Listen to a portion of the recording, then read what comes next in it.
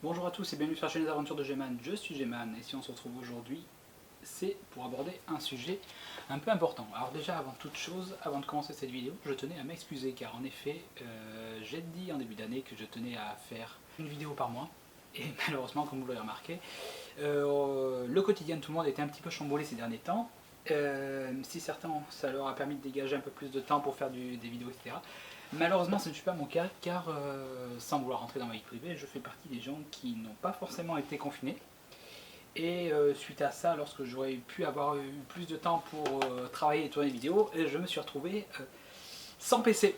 Donc avec l'incapacité formelle de vous fournir plus de contenu. Je suis vraiment désolé, comme quoi il faut que j'arrête d'essayer de m'engager à quoi que ce soit, parce que dès que ça arrive, il y a des imprévus. Donc maintenant, on va essayer de retrouver un rythme normal et d'aborder des sujets un petit peu plus fat. Là, il y a des vidéos qui sont en préparation. Il y a les vraies chroniques des aventures de Gman que je repoussais parce que je voulais vous présenter un générique correct. Malheureusement, avec la situation actuelle, je ne peux pas vous présenter de générique, donc je vais sortir les vidéos en l'état.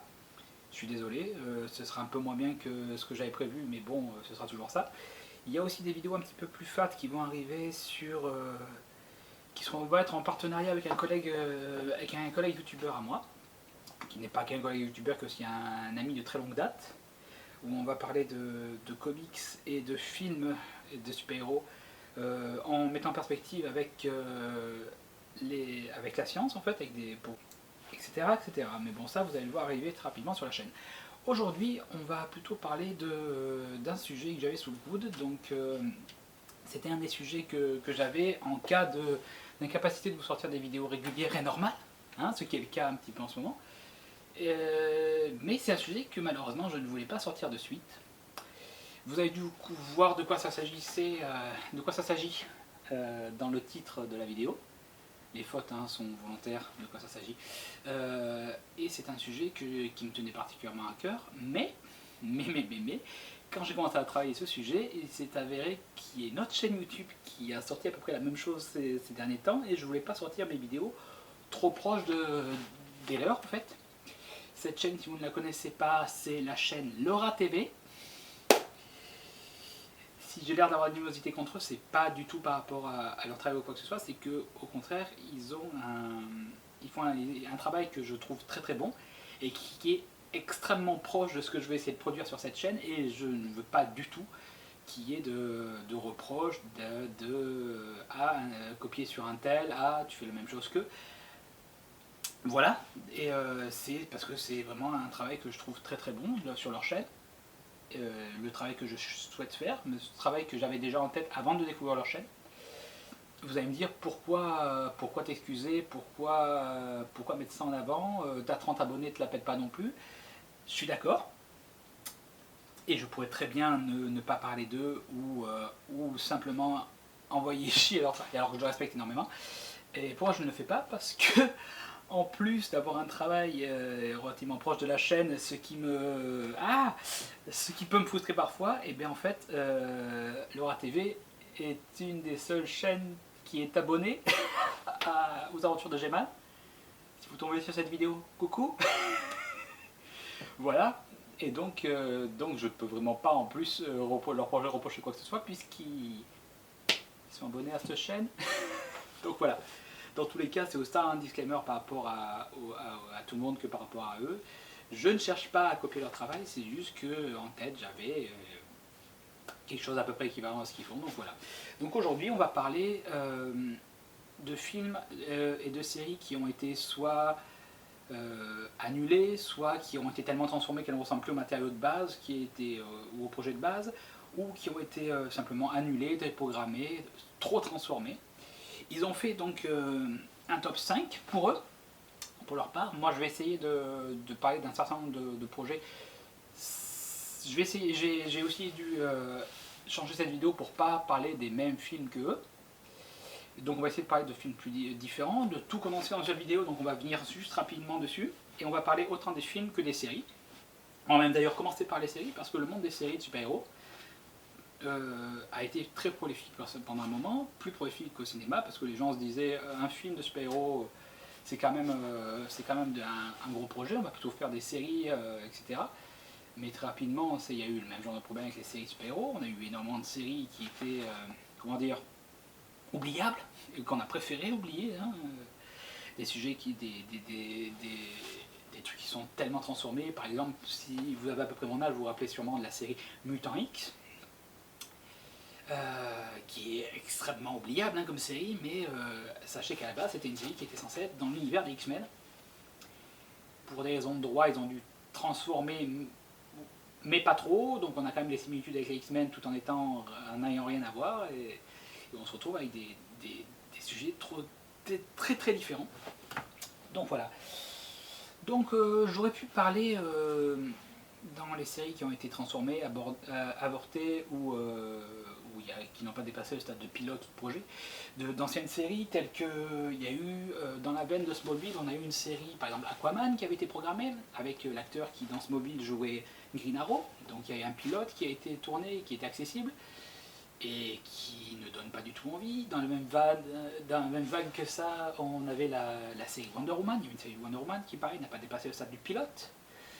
Et très clairement, on voit dans ces séries, quand on retombe dessus, qu'on avait déjà le pont qui a été commencé à être fait entre les séries époque Smallville et l'univers de la CW actuelle, donc avec Arrow, Flash, etc. On a vraiment quelque chose qui est assez similaire. Il y a une vieille série She-Hulk qui était en préparation aussi, qui donnait relativement envie quand même, parce que ça avait l'air relativement travaillé. Donc, pareil, comme on dit, hein, rien ne se perd.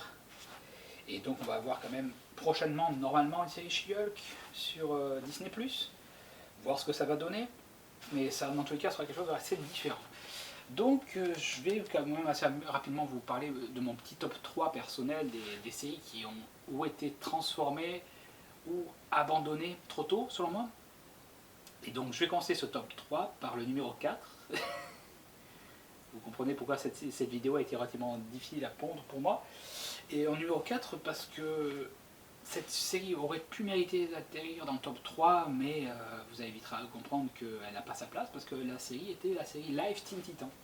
La série Live Teen Titan, vous allez me dire, on y a eu droit, elle est diffusée actuellement, on a déjà eu 2 saisons qui sont plutôt cool, que j'ai appréciées, mais il faut savoir que le projet est plus vieux que ça, qu'il avait déjà été annulé une première fois avant d'être ressuscité, et cette première série Teen Titan aurait dû être plus connectée avec l'univers de la CW. On avait un acteur qui s'était d'ailleurs fortement vanté de jouer Nightwing et d'apparaître dans la série Arrow, et donc vous allez me dire, mais on a eu cette série, pourquoi la regretter?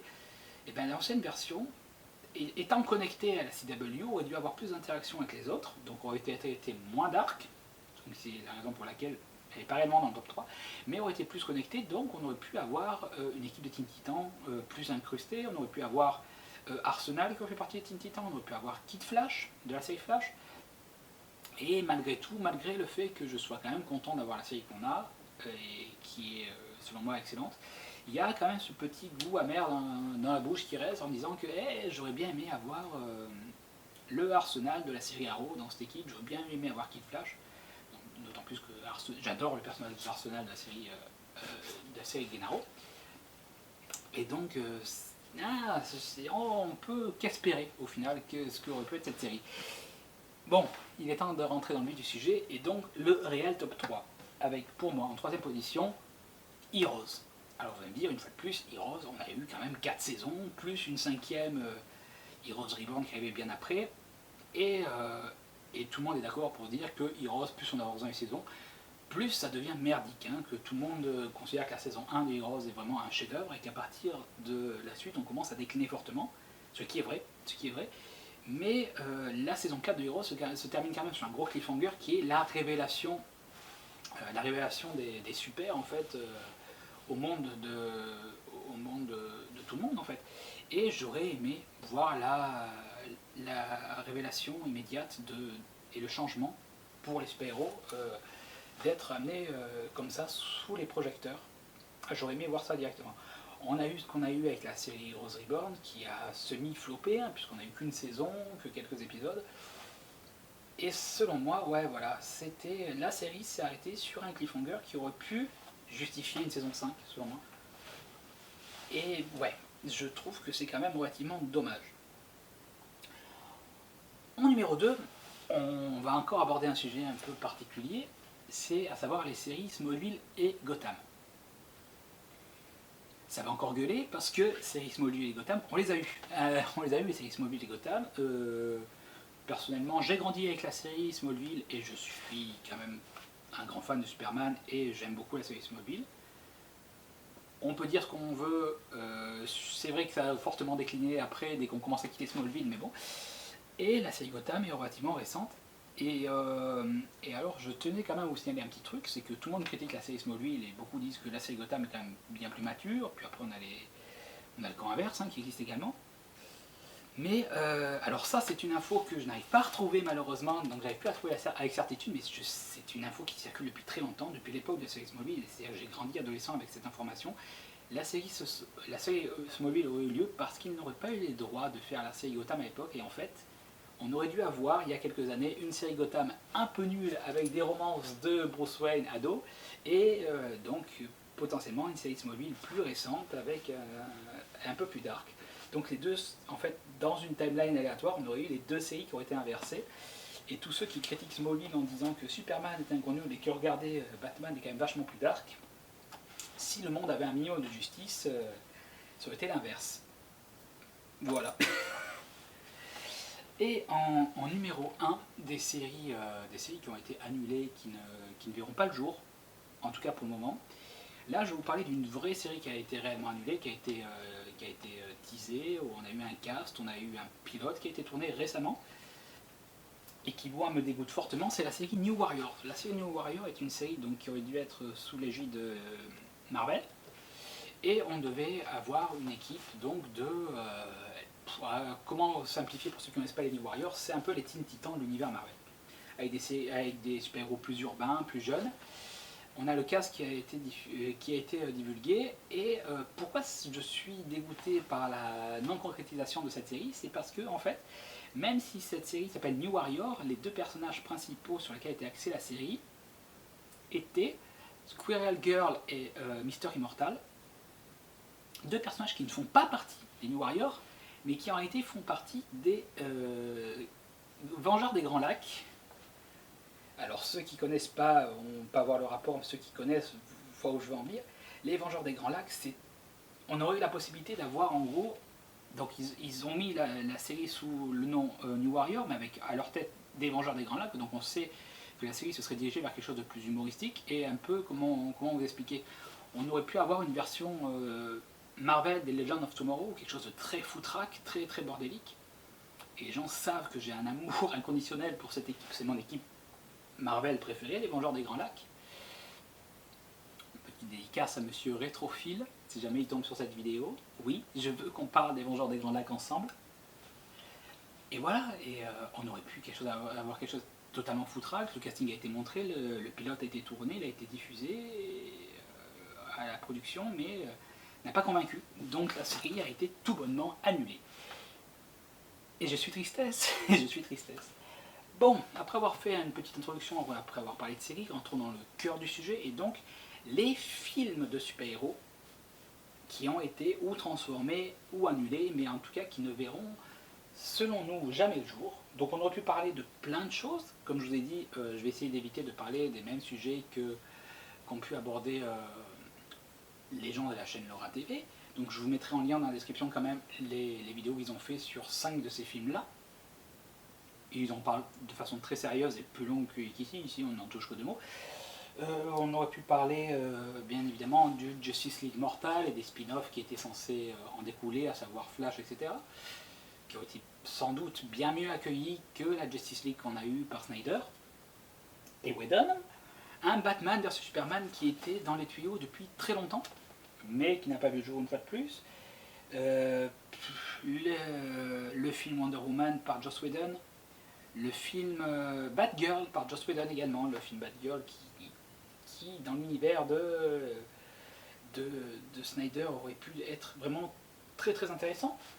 Et donc je vais vous faire ici mon petit top 10 personnel, en ne pas trop développant.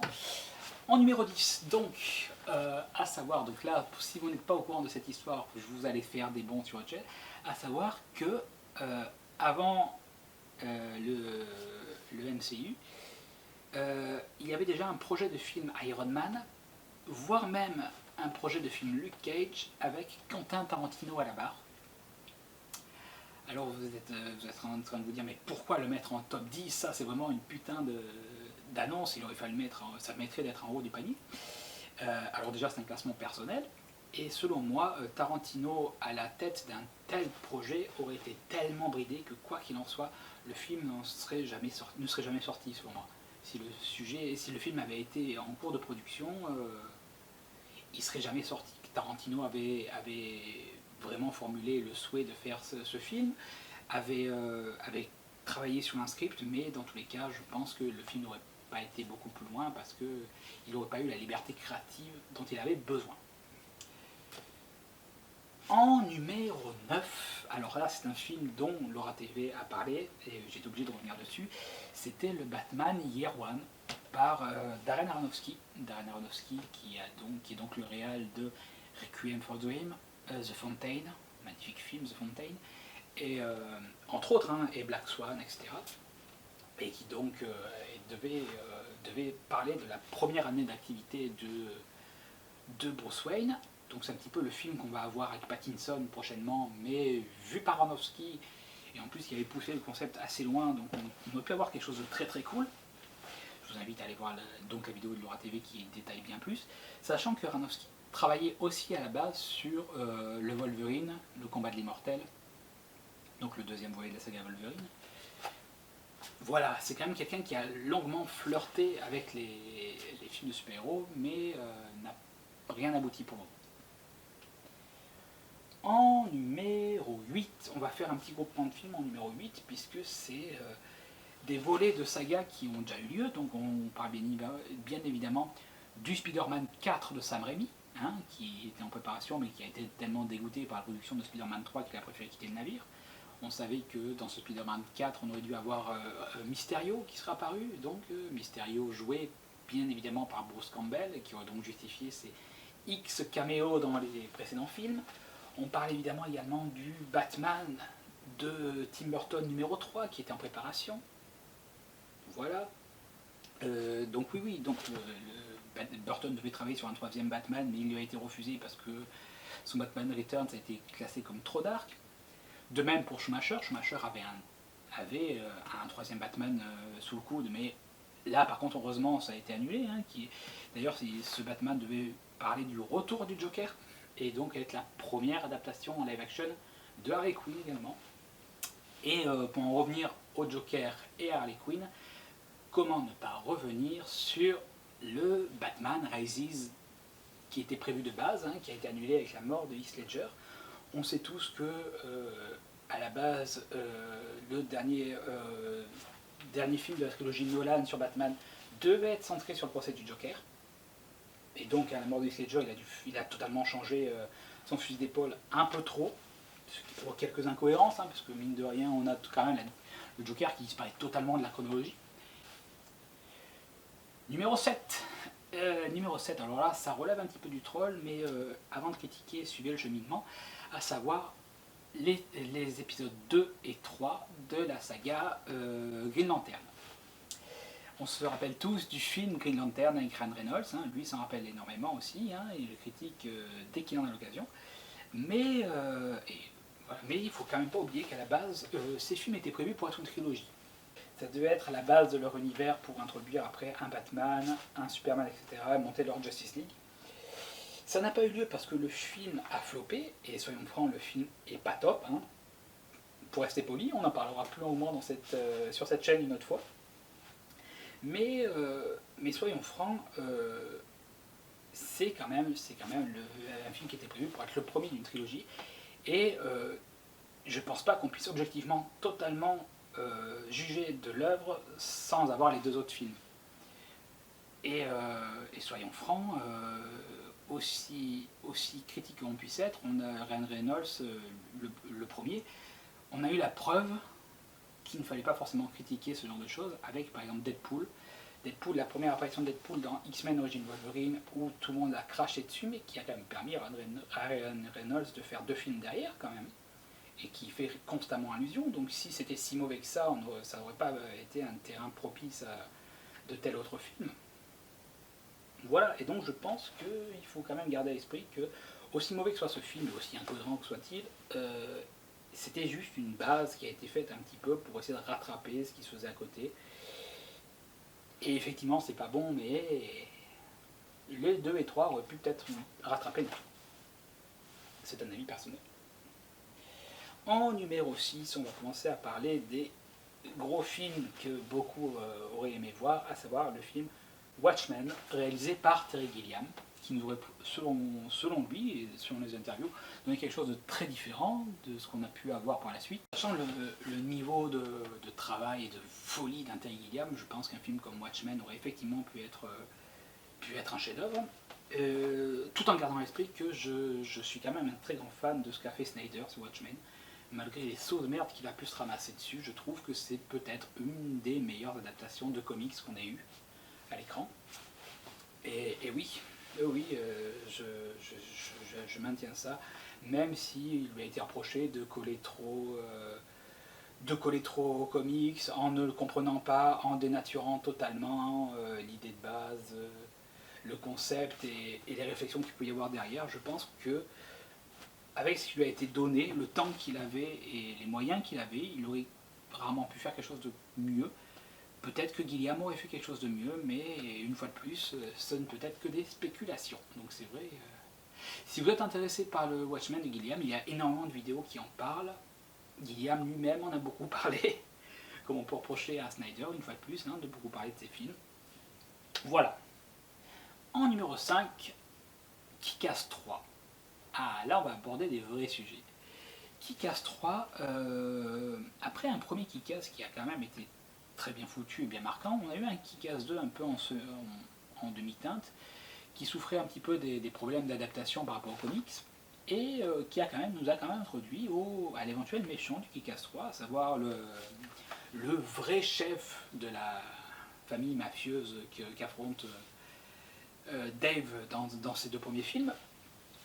Et donc on devait avoir un Kick-Ass 3 qui le faisait affronter un vrai super méchant et explorer encore plus l'univers des vigilantes de la vraie vie. Et malheureusement, ce film n'a pas vu le jour parce que Kick-Ass 2, l'année de sa sortie, a été le film le plus téléchargé illégalement sur Internet et a donc été a provoqué un vrai manque à gagner au niveau de la sortie de ce film. Donc quand on vous dit que télécharger ça peut tuer des films et que les gens disent oui mais pas les gros films, ben si, ça a tué le dernier volet de cette trilogie et donc on n'aura pas de conclusion à l'histoire de Kick-Ass et c'est dommage je trouve parce que le Kick-Ass 3 était vraiment, je pense qu'on a pu avoir un très bon film, surtout avec la voix qu'avait emprunté les 2 premiers en adaptant, qui est, faut savoir, un Kick-Ass c'est quand même très édulcoré par rapport aux comics, même si vous trouvez que c'est violent, on a encore un cran au-dessus dans le comics, voire 2-3, et voilà, c'est vraiment un des films que je regrette fortement de ne pas avoir eu au cinéma. En numéro 4, on se rapproche du podium de tête. Vous le savez sans doute, je suis un grand fan de DC, je suis un énorme fan de Superman. Et donc j'aurais très bien pu parler du Superman de Burton, voilà, tout ce qui est film Dead of Superman, Superman Lives, etc. J'aurais pu parler de ce film-là. Mais j'ai trouvé plus intéressant de mettre les projecteurs sur un petit film qui aurait dû justement explorer encore le personnage de Superman. Le fameux Superman Flyby, qui aurait dû sortir et qui finalement a été mis de côté au profit de Superman Returns avec Brandon Routh, qui est selon beaucoup l'un des meilleurs films Superman. Selon moi, on est encore un petit peu trop dans le côté boy scout de Superman et j'aurais aimé plutôt avoir la vision du Superman Flyby un petit peu plus, une remise en question de son côté sauveur, une remise en question de quel est le rôle d'un super-héros. Voilà. Mais bon, qu'est-ce que vous voulez. On a eu par la suite l'excellent Man of Steel, et on y reviendra dessus, et je défendrai cette vision de Superman, quoi qu'il en soit. On atteint enfin le trio de tête selon moi, et évidemment, on devait en parler. On a parlé un petit peu de Marvel jusqu'à présent, on va renfoncer le clou, et bien évidemment, on va parler du Ant-Man de Edgar Wright. Ant-Man de Edgar Wright, avec Simon Pegg dans le rôle de Ant-Man. Et oui, et quand on voit ça, on se dit que s'il était sorti, on aurait peut-être eu, il aurait pu insuffler quelque chose d'un petit peu plus profond dans le Marvel Cinematic Universe, et beaucoup regrettent justement, et beaucoup se disent que c'est ce qui manquait au Marvel Cinematic Universe, ce côté un peu profond, ce côté un peu plus hauteur. Et on peut que souligner, oui, oui, je pense également.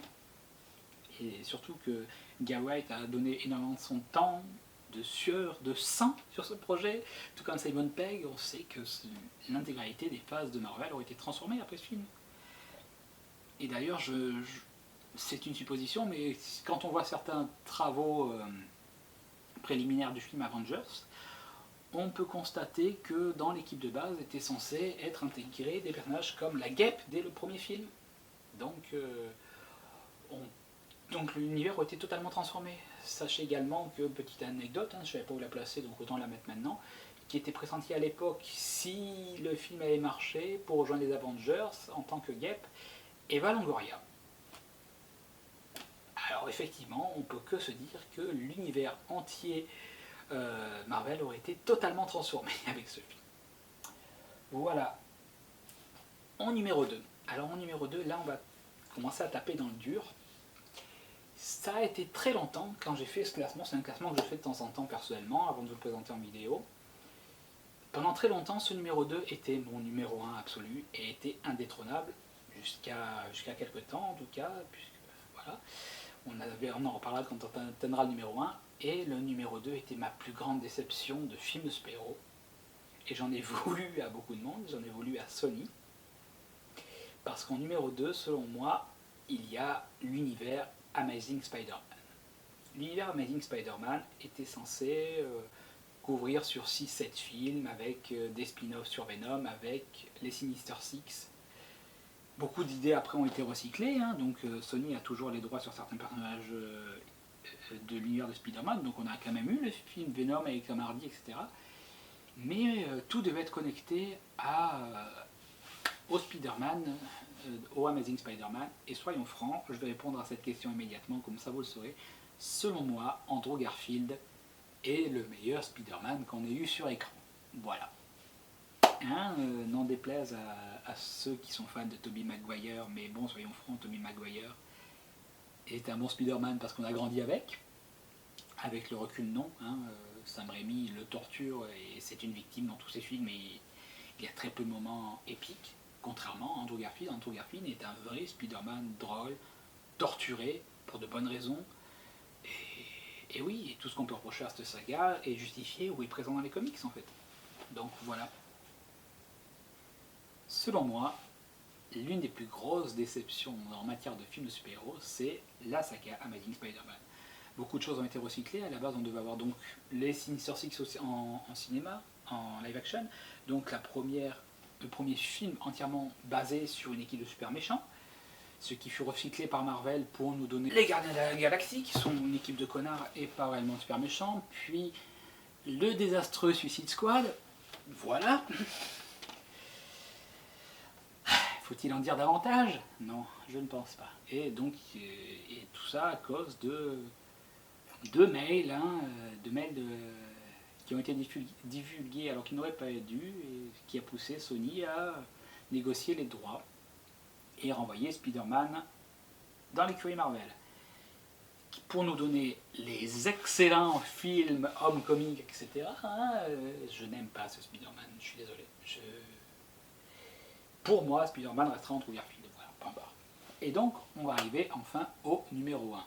Et vous allez vous dire, quel film ou quel projet a pu t'énerver plus que ça? Eh bien, on va parler évidemment de la Snyder Cut. On déconne, On s'en fout de la Snyder Cut, vous faites chier à la fin.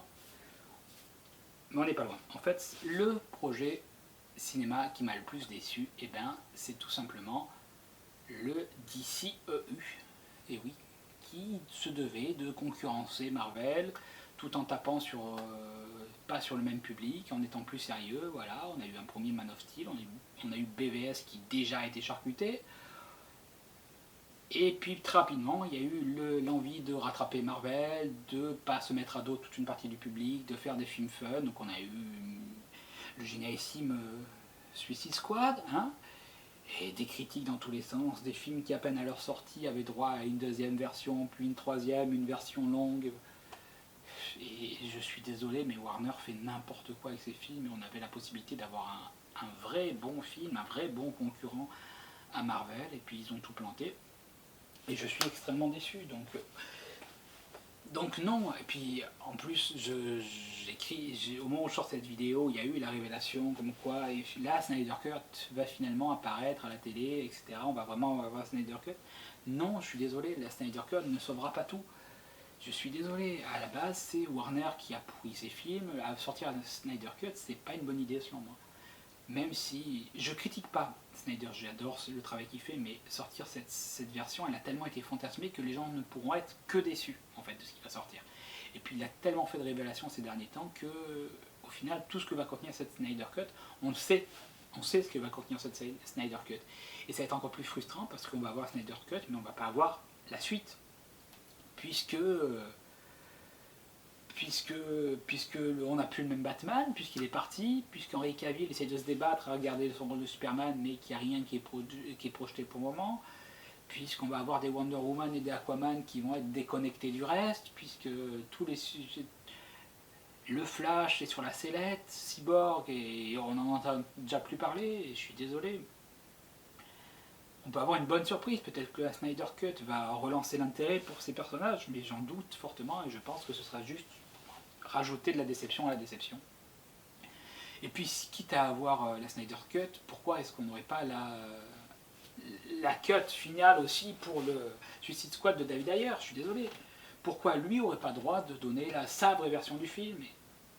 Et voilà, donc selon moi, c'est frustrant, c'est énervant, ils sont pas assez à cause des tucoches, et que s'ils veulent refaire un vrai bel univers partagé comme ça, ce sera pas avant quelques années, parce que le temps que les gens oublient celui-ci, et ce sera trop tard. Alors que là, ils avaient réellement la possibilité, s'ils avaient posé leur film doucement, ils avaient un créneau, puisque Marvel a fini ses 3 phases et va partir sur quelque chose d'un peu plus expérimental.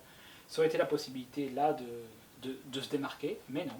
Warner a voulu aller trop vite, a voulu directement nous présenter des films d'équipe avant de nous présenter les personnages, et ils sont passés à côté. Ils ont voulu faire trop vite, trop comme la concurrence, alors qu'ils avaient la possibilité de se démarquer en faisant autre chose. Et selon moi, ça restera pendant encore très longtemps, je pense, ma plus grande déception en matière de films de super-héros. Et voilà, et ben ce sera tout, je pense, pour cette vidéo qui est suffisamment longue pour le moment. Oui, je ne vais pas vous embêter plus avec ça.